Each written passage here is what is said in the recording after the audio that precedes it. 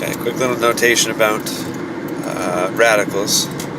A radical, it's been said before, a radical is an exponent. So what you have up here is actually negative 10 in parentheses squared, and this is all to the 1/2 power.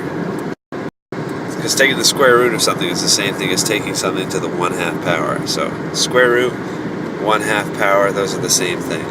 And I did that because hopefully this is notation that you've seen at this point in your course. When you have a power on top of a power, those two powers will multiply. So it should look like that. So that's going to be negative 10 to the first. So that means you're not multiplying by itself at all. It's just negative 10. So there we go. This all simplified to be just negative 10.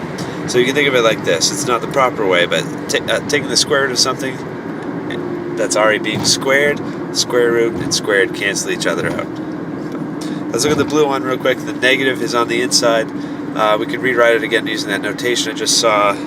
And when we always think about order of operations, we think about parentheses coming first. Now, we saw in this one, I put everything that was inside the radical in parentheses before I raised it to the 1/2 power, because when you're taking the square root of something, you have to evaluate what you can inside the square root first. So it's like there's parentheses in here.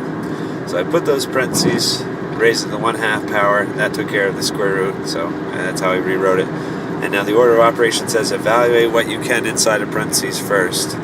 And that's negative 10 squared. The negative sign isn't part of the square, so that's going to hang out on the outside because, again, order of operations says power comes first. Then the negative sign can come second. So 10 squared is 100.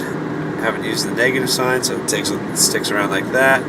And here we have something that can't be evaluated as a real number because you can't find two numbers that multiply to make negative 100 that are the same. So we could use imaginary numbers here. Again, this is taking something to 1/2 power, that's the square root. The square root of negative 100, that's going to be the same thing as the square root of 100 times negative 1.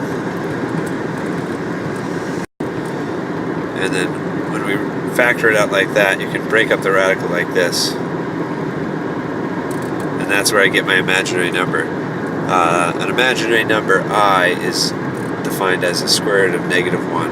So that's why I did all that mumbo jumbo to, that's why I did that mumbo jumbo to get the negative 1 factored out. Because now when we have it out here, this is I. You know what this is, that's 10. So we have 10 I.